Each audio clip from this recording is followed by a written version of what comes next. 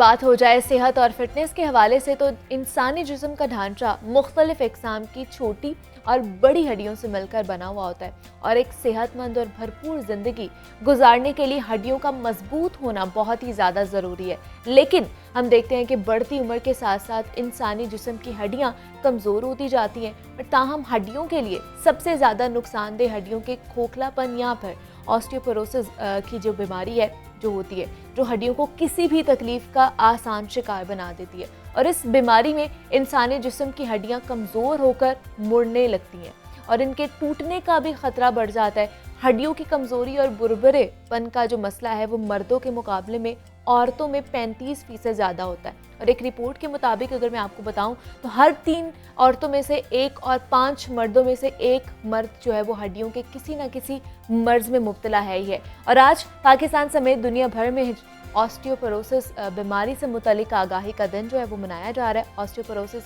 होता क्या है, हड्डियों की कमज़ोरी की क्या वजूहात होती हैं, हड्डियों की कमज़ोरी की अलामात क्या होती हैं, इस पर आज हमने बात करनी है। और इस वक्त हमारे साथ मौजूद हैं एसोसिएट प्रोफेसर हैं डॉक्टर शहजाद करीम भट्टी हैं, पेन मैनेजमेंट एक्सपर्ट हैं। सर मैं आपको खुश आमदीद कहती हूँ जागो लाहौर में। कैसे हैं सर आप? बिल्कुल ठीक है, शुक्र अल्लाह। सर जैसे आज मनाया जा रहा है ऑस्टियोपोरोसिस डे मनाया जा रहा है, तो हमें बताइएगा कि ये कौन सा मर्ज़ है और इसकी वजूहात क्या होती हैं?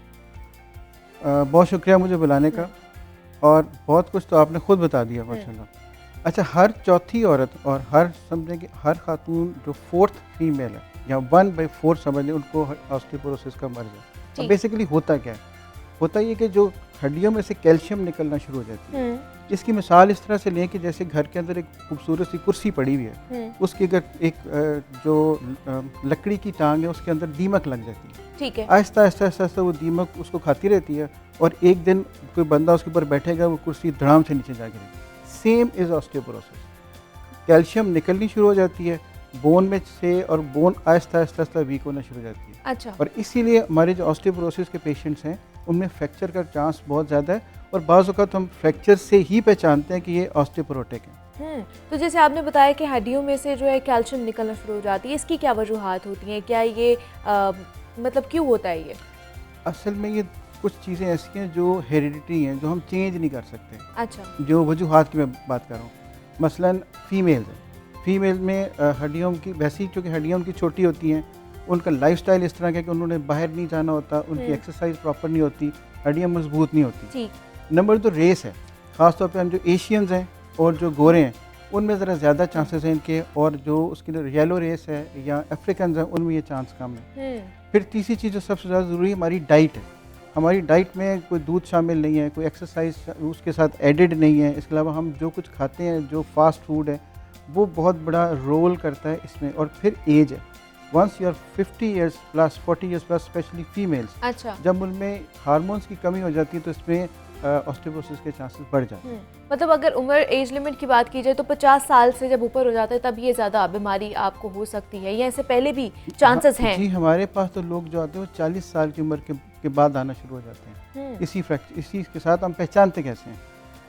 पेन होगी, बोन पेन होगी, वो जिस्म में दर्दें होंगी, और बाज़ औक़ात जो फ्रैक्चर्स होते हैं स्पाइन में फ्रैक्चर्स होना शुरू हो जाते हैं, बंदा थोड़ा सा आगे को झुक जाता है। और तीसरा अनएक्सप्लेन्ड फ्रैक्चर हो गया, जैसे छोटी सी झटका लगा तो हड्डी टूट गई। मेरे पास ऐसे पेशेंट्स भी आते हैं जिन्होंने ज़ोर से अंगड़ाई ली तो उनकी रिब फ्रैक्चर हो जाती है, तो हड्डी इतनी ब्रिटल हो जाती है। मतलब इतनी ज़्यादा कमज़ोर हमारी हड्डियाँ हो जाती हैं इसकी वजह से। तो इसका फिर इलाज क्या है, ट्रीटमेंट क्या है इस बीमारी का?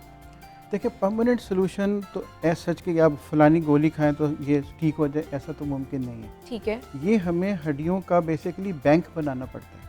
मिसाल इसकी ऐसे है कि जैसे हमारे बच्चे हैं छोटे, अगर हम उनको शुरू से आदत ये डालें कि वो अपना दूध पिएं, एक्सरसाइज करें और डाइट ठीक रखें, ये जो ख़ास तौर पे जो ड्रिंक्स हैं ये ना लें, तो मैक्सिमम बोन मैस हमारा बन जाता है 30 साल की उम्र के बाद। और उसके बाद आहिस्ता आहिस्ता आहिस्ता आहिस्ता ये डिप्लीट होना शुरू हो जाता है। जहाँ तक इलाज की बात है, हम कैल्शियम सप्लीमेंट्स देते हैं, हम उनको डाइट में बेहतरी की कोशिश करते हैं। उनसे कहते हैं कि अगर कोई बंदा कोई मेल है या कोई स्मोकर है, उसे कहते हैं वो बंद कर दे, कोई अल्कोहल लेता है वो बंद कर दे। और ख़ास तौर पे जूसेस हैं, ऑरेंज जूस है, फ्रूट्स हैं, एग्स हैं ये लें तो आपको उससे बहुत बेहतरी आ सकती है। तो क्या ये मौरूसी बीमारी भी हो सकती है सर? जी बिल्कुल हो सकती है। अगर ख़ास तौर पे अगर किसी के दोनों वालिदैन में से किसी एक की भी हड्डी अनएक्सप्लेन्ड टूटी है तो उसमें दूसरों की निस्बत चांसेस ज़्यादा हैं। मतलब ये मौरूसी भी हो सकती है। और अगर बच्चों में भी बहुत सारी, मतलब जब वो ग्रोइंग एज में होते हैं उनकी हड्डियाँ कमज़ोर होती हैं और दर्द भी होती है, तो क्या ये भी अलामात हैं? बच्चों में ऑस्टियोपोरोसिस के चांसेस निस्बतन कम है, लेकिन बच्चों में हड्डियों की बीमारियां और काफ़ी सारी होती हैं। और एक ख़ास बात जो कि मेरा ताल्लुक पेन मैनेजमेंट से, वो मैं ख़ास तौर पे आपसे शेयर करना चाहूँगा जी जी। कि हमारे पास बेशुमार स्पेशली फ़ीमेल्स आती हैं जिनको कमर की दर्दें होंगी, पट्ठों की दर्दें होंगी, टांगों में दर्दें होंगी। जब हम उनकी इन्वेस्टिगेट करते हैं तो उसमें से निकलता कुछ भी नहीं है। बेसिकली जब भी आप ये महसूस करें कि ये अनएक्सप्लेन्ड पेन्स हैं, अच्छा। तो अगर ये कैल्शियम की कमी है, ऑस्टियोपोरोसिस है, विटामिन डी की कमी है, तो ये भी इसी तरह प्रेजेंट करती है। बोन पेन्स अनएक्सप्लेन्ड, जिस्म में दर्दें, कमर में दर्द, उसके बाद डिप्रेशन, ये सब उसका एक हिस्सा है। हम दवाइयाँ खाते रहते हैं और ये नहीं देखते कि थोड़ी सी डाइट मॉडिफिकेशन से हम ठीक हो सकते हैं। तो अगर डॉक्टर के पास जाएं तो ये कितनी देर में ट्रीटमेंट जो है हमारा मुकम्मल हो जाएगा? क्या हम मुकम्मल तौर पर इस बीमारी से जान छुड़वा सकते हैं? सिर्फ गोलियां खाने से तो बहुत जल्दी फ़र्क नहीं पड़ेगा। ठीक है। जब तक आप अपना लाइफस्टाइल बेहतर नहीं करते, जब तक अपनी डाइट बेहतर नहीं करते, जब थोड़ी सी एक्सरसाइज ऐड नहीं करते, डेयरी प्रोडक्ट्स लेने नहीं शुरू करते, तो वो जल्दी, लेकिन it takes weeks and months, यानी 2 दिन 3 दिन में ये नहीं ठीक होता, it takes time. Takes time. लेकिन बहुत से लोग, जैसे आपने बताया कि दूध हमारा कैल्शियम का एक ज़रिया है जो हम लोगों ने पीना छोड़ दिया हुआ है। बहुत से लोग हैं जो डाइट पर भी होते हैं और मुख्तलिफ बीमारियों की वजह से भी वो दूध नहीं पी पा रहे होते, तो क्या इसका भी अल्टरनेट है? और बाकी हमें किस तरह की डाइट लेनी चाहिए? कौन कौन सी सब्जियाँ, कौन कौन सी चीज़ें जो हैं वो ऐड ऑन करने चाहिए? देखिए, दूध तो, डेयरी प्रोडक्ट्स तो बेहतरीन चीज़ है। सो अगर कोई बंदा दूध नहीं पीता तो वो फ्रूट्स ले सकता है। ऑरेंजेस हैं, बनानाज हैं, ये इनसे आपको अच्छी कैल्शियम मिल सकती है। बनाना बेसिकली मैग्नीशियम होता है जो कैल्शियम की एब्जॉर्प्शन में हेल्प करता है। फिर नट्स हैं, बादाम हैं, ये चीज़ें बहुत सारी ऐसी हैं जो हमें कैल्शियम को सप्लीमेंट कर सकती हैं। ज़रूरी नहीं कि दूध ले तो नथिंग लाइक इट। एग्स हैं, अंडे ले लें, इससे भी कैल्शियम की जो डिप्लीशन दूर होती है। सो एक पूरा एक सेट है, कोई एक चीज़ नहीं। जब तक आप, और दूसरी चीज़ हमारे वो लोग जो डाइटिंग करते हैं बग़ैर किसी डॉक्टर से मशवरा लिए हुए, मेरे से पूछ के, आपसे पूछ के, उससे पूछ के शुरू कर दी, वो जो सीवियर डिप्लीशन है वो एंड अप किसी ना किसी दिन फ्रैक्चर में, किसी बोन पेन में करते जाते हैं। So you need to consult with someone कि मुझे कौन सी चीज़ लेनी है और कितनी मिकदार में लेनी है। अच्छा। तो इसलिए एक दूसरे से पूछ के डाइटिंग नहीं करनी चाहिए। डाइटिंग भी करनी है तो वो भी इससे पूछें, ये ना हो कि कल को दूसरा नुकसान हो। और एक्सरसाइज का कितना अहम किरदार है इस चीज़ में? अगर कोई इस मर्ज़ का शिकार है, किसी को कमर में दर्द है या किसी भी किस्म की दर्द है, एक्सरसाइज करना कितना ज़रूरी है?